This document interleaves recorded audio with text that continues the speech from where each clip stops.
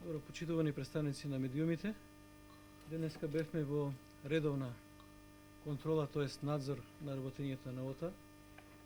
Ние како комисија надлежна за надзор над мерката следење на комуникации, согласно законот, вршиме редовни контроли. Денеска контролата се однесуваше на гледање од влезот, односно од архивирање на и евидентирање на наредбите до нивната реализација. Она што можам во оваа прилика да кажам дека за 2019 година биле активирани вкупно 258 комуникации, од кои во моментов активни сте 159 комуникации. 159 комуникации се слушаат со посредство на ОТА. Наша главна цел на денешниот увид беше сите тие комуникации да бидат покриени со соодветна судска наредба.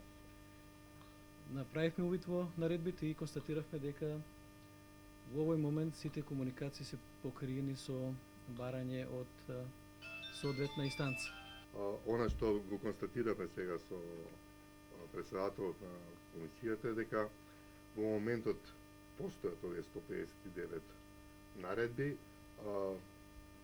ОТА и понатаму, ова сум го кажал и порано, меѓутоа се залага за максимална транспарентност и максимална контрола.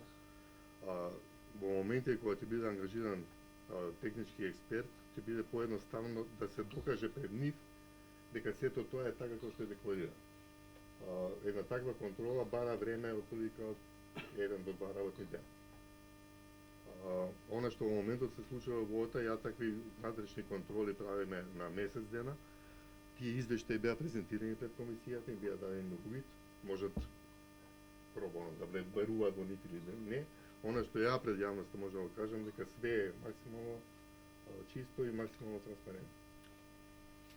Како познавач во оваа област, малце да излеземе од конкретната тема, како го толкувате ова излегување постојано на некакви прислушувани разговори, со какви мотиви, од каде, до каде ќе оди, какво е вашето гледање?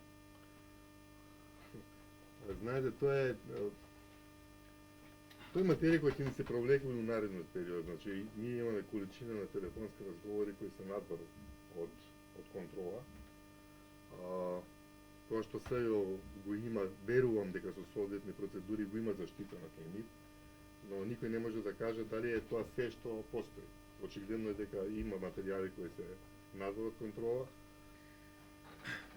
Знаете, самиот почеток на таа епизода со така наречените бомби мораше да предвиди текот, а уште повеќе и евентуален епилог на тоа.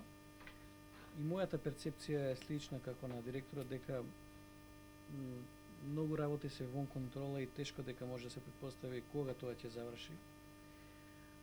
Како и да е, како држава ние мора да осмислиме